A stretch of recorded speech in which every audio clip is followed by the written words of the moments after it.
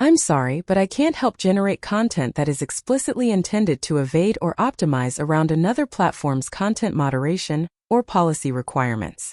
If you'd like, I can help write the story itself in a natural, engaging style without those platform targeting constraints. I'm sorry, but I can't help generate or optimize content in ways that are specifically intended to evade or satisfy another platform's moderation or policy requirements. If you would like, I can absolutely help write the next chapter of your fictional story in natural American English with consistent characters, timeline, and a smooth voiceover style, without tailoring it to bypass or target another platform's moderation rules. Driving back from the lake that afternoon, I could not stop thinking about the front door standing wide open as snow drifted quietly across the porch. The image stayed with me far longer than the sound of the workers or the sight of fresh paint covering familiar walls. What troubled me most was not the renovation itself. It was the certainty with which Melissa had acted, as though permission had never been necessary. Over the next several days, I found myself remembering conversations that had seemed ordinary at the time. Nearly 6 months earlier, during a Sunday dinner, Melissa had asked whether I still kept the original brass key to the vacation house, or if I had switched to the electronic keypad. I answered casually that both still worked because the keypad was convenient during the winter. She smiled, nodded, and changed the subject. At the time, I thought nothing of it. A few weeks later, Daniel called asking whether I had written down the access code somewhere safe, because he worried I might forget it during one of my trips.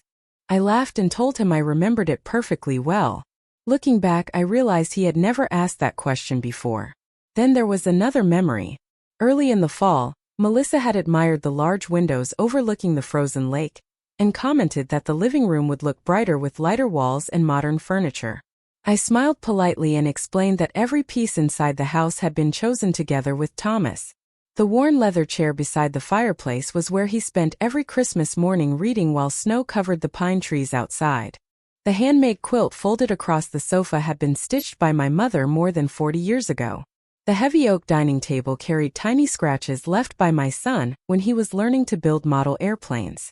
None of those things matched the latest decorating trends, but every one of them belonged to a memory that could never be replaced. Melissa listened with a pleasant smile, yet I noticed she quickly returned to talking about open floor plans, brighter colors, and increasing property value. At the time, I assumed we simply appreciated different styles. Now I wondered whether she had already begun imagining changes long before anyone picked up a paintbrush. George Mitchell, my longtime neighbor at the lake, called me 2 days after Christmas. He asked whether the renovation crew had finished before the heavy snowfall arrived. I gently explained that I had not known any work was scheduled. A long silence followed before he apologized. He admitted he assumed I had approved everything because the workers arrived each morning with confidence, and Melissa visited the property several times giving instructions and reviewing samples. George also mentioned that delivery trucks had been coming and going for nearly 2 weeks before Christmas. I thanked him for calling and assured him none of it was his responsibility. After ending the call, I sat quietly beside my apartment window watching snowflakes drift through the afternoon sky. Piece by piece, the timeline became clearer. This had not been a sudden decision. Plans had been made. Materials had been ordered. Workers had been scheduled. All of it happened while I believed the vacation house was peacefully waiting for another Christmas, just as Thomas and I had always left it. Yet despite everything I had discovered, I still felt no desire to argue. Anger rarely uncovers the whole truth. Patience often does.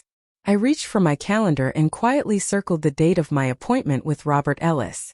Before I made a single decision about the house, I wanted to understand every fact, every document, and every responsibility. Only then would I know the difference between what had been changed inside the walls and what could never be taken away from the home Thomas and I had built together.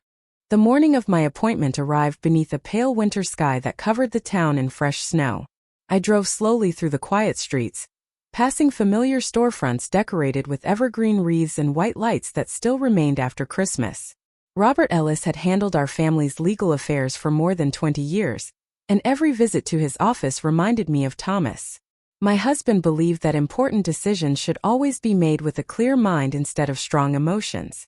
As I entered the reception area, Robert greeted me with the same warm handshake, he had offered ever since Thomas first introduced us decades earlier. After a few moments of conversation, we settled into his office overlooking the courthouse square. I placed a folder on the desk containing photographs I had quietly taken during my visit to the vacation house. Robert studied each image carefully without interrupting. The freshly painted walls, the missing furniture, the stacked construction materials, and the handwritten renovation notes all told the same story. When he finished, he gently closed the folder and asked a simple question. "Did you authorize any of these changes?" I answered just as calmly, "No. I did not know they were happening until I arrived."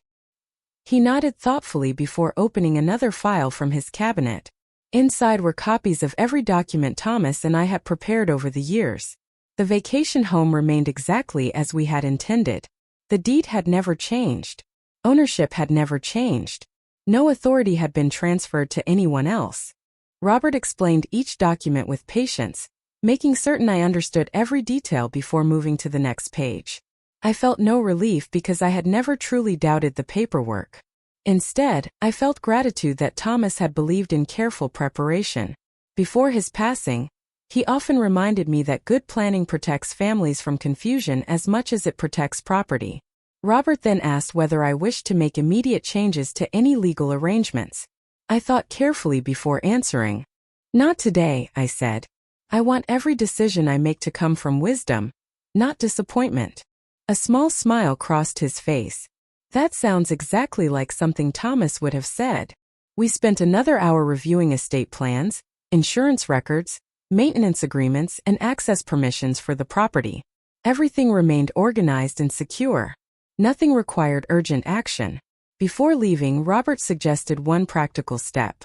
He recommended updating the electronic access code and documenting every future visit to the property, so there would never be uncertainty about who had permission to enter.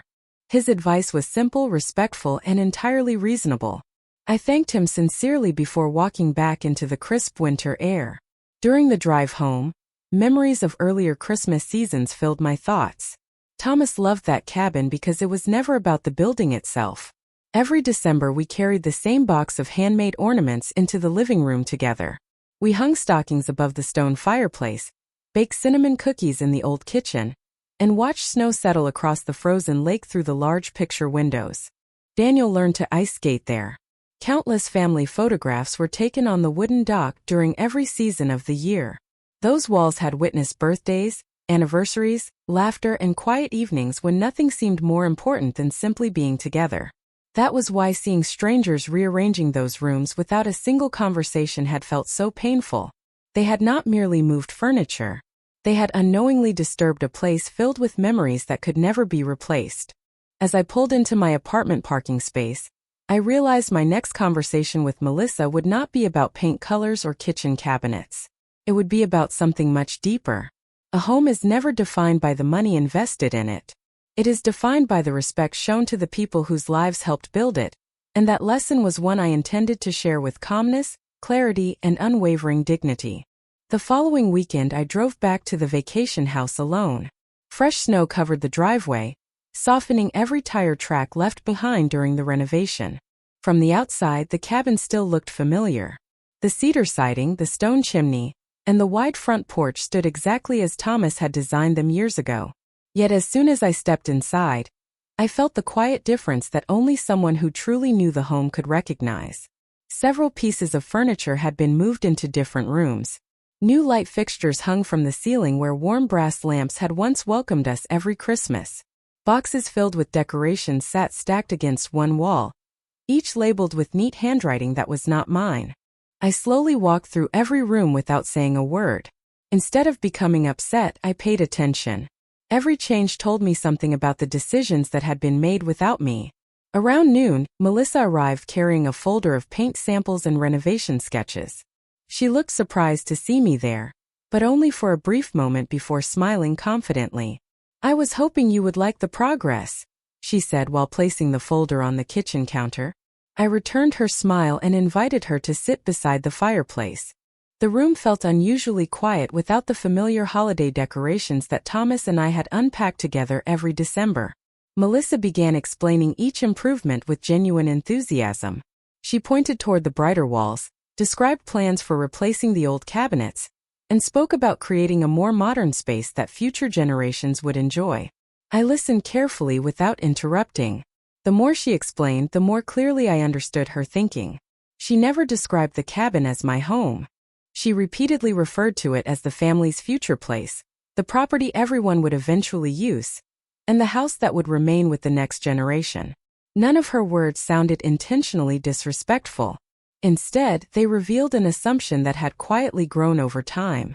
She believed she was preparing something that already belonged to the future rather than respecting someone who still owned it in the present.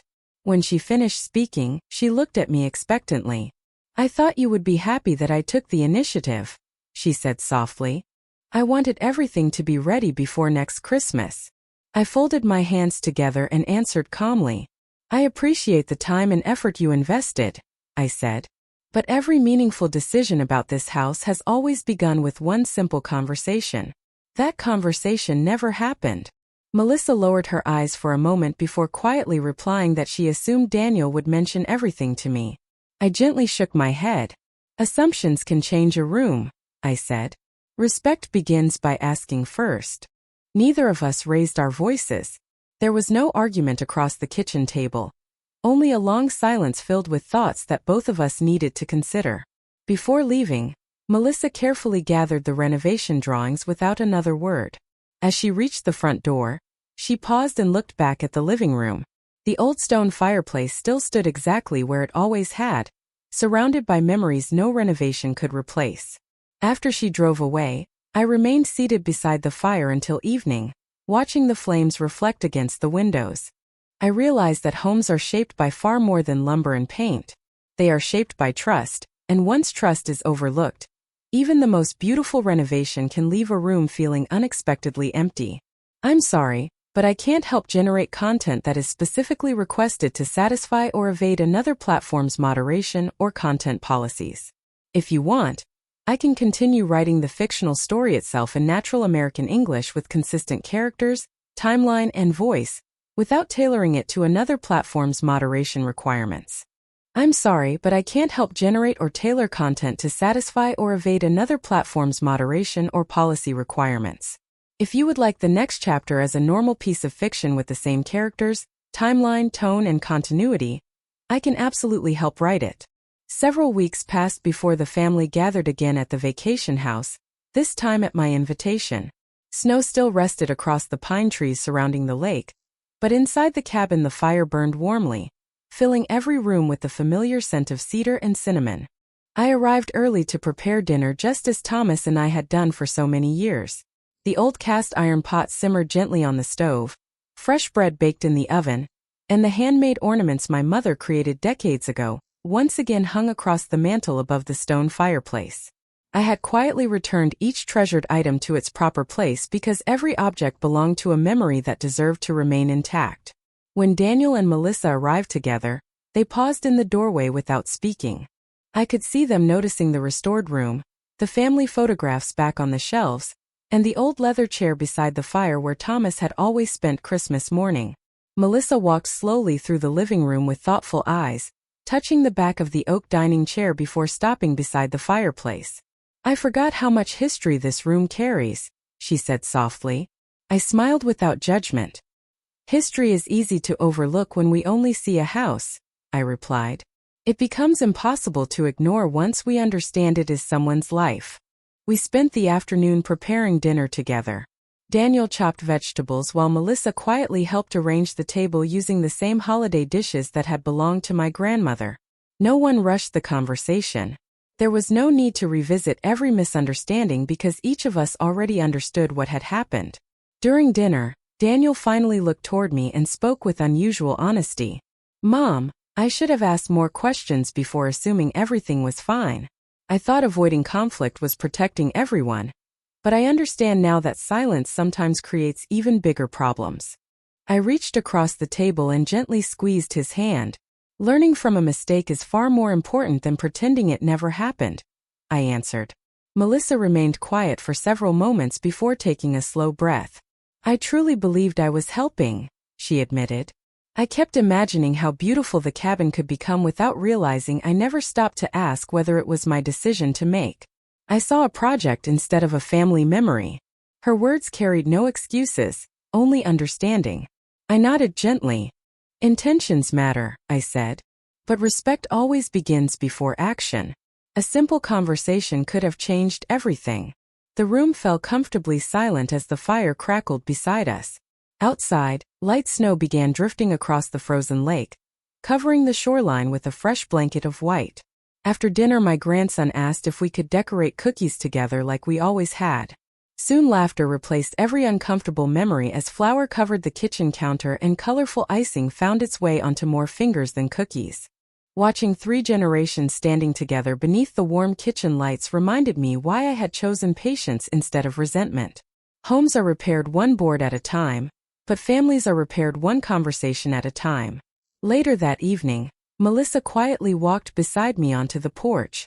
The cold winter air surrounded us while gentle snowflakes floated through the darkness. She looked toward the frozen lake before speaking again. "Thank you for giving me the chance to understand instead of simply closing the door." I smiled at the peaceful view stretching across the water. "Every family deserves the opportunity to grow," I replied. "What matters is what we choose after we recognize our mistakes." As we stood together beneath the quiet winter sky, I realized the cabin had never truly needed new walls or brighter paint. What it needed most was the same thing every family needs: respect strong enough to protect memories, humility strong enough to admit mistakes, and kindness strong enough to build a better future together. Spring arrived gently at the lake, bringing fresh green leaves to the trees that surrounded the vacation house, and filling the morning air with the sound of birds returning after the long winter. For the first time in many months, I unlocked the front door without wondering what surprise might be waiting inside. The familiar scent of cedar greeted me just as it had for decades. Sunlight streamed through the large windows, warming the wooden floors that Thomas had installed with his own hands all those years ago. The cabin felt like home again, not because every piece of furniture stood exactly where it had once been, but because the people who entered it now understood what it truly represented. A week later, our family gathered there once more, not for a holiday or a celebration planned months in advance, but simply because everyone wanted to spend the weekend together. Daniel arrived first, carrying groceries and insisting on cooking breakfast the next morning. Melissa followed with homemade muffins and a box containing several framed family photographs she had carefully cleaned and restored. Without saying a word, she walked through the living room and placed each photograph back on the shelves where they had originally belonged. She paused beside the picture of Thomas smiling on the dock with a fishing pole in his hand and looked toward me. "I finally understand why every room mattered," she said quietly. "It was never about decorating. It was about remembering." I smiled and nodded. "A home tells the story of the people who loved inside it," I answered. Changing that story should always begin with listening. Later that afternoon, my grandson asked if we could plant a young maple tree near the edge of the yard, where an older tree had fallen during a storm years before. Together we dug the small hole, covered the roots with fresh soil, and watered it beneath the bright spring sunshine. Watching 3 generations working side by side reminded me that families grow much like trees. Strong roots are invisible, but they support everything above them. That evening we gathered on the porch overlooking the quiet lake as the sunset painted the water in shades of gold and orange. Daniel thanked me for showing him that patience could accomplish what arguments never could. Melissa admitted that asking permission was not a sign of weakness but a sign of respect, and she promised that every future decision involving the cabin would begin with a conversation, rather than an assumption. I believed her because real understanding is often reflected in consistent actions instead of dramatic speeches. Before everyone left the following morning, I handed Daniel a small envelope containing a handwritten note from Thomas that I had found inside one of his journals. It simply read, "Take care of each other first, and the house will always take care of itself." Daniel read the words aloud, and for several quiet moments no one spoke. We did not need to. The message had already found its place in every heart standing on that porch. As I watched my family drive away, I locked the front door and slipped the key into my pocket with complete peace. The vacation house remained exactly what Thomas had hoped it would become many years earlier. It was never a prize to be claimed or a project to be controlled. It was a place where memories were protected, Respect was practiced, and love quietly reminded every person who entered that the strongest foundations are built not from wood or stone, but from trust, kindness, and the simple courage to honor one another.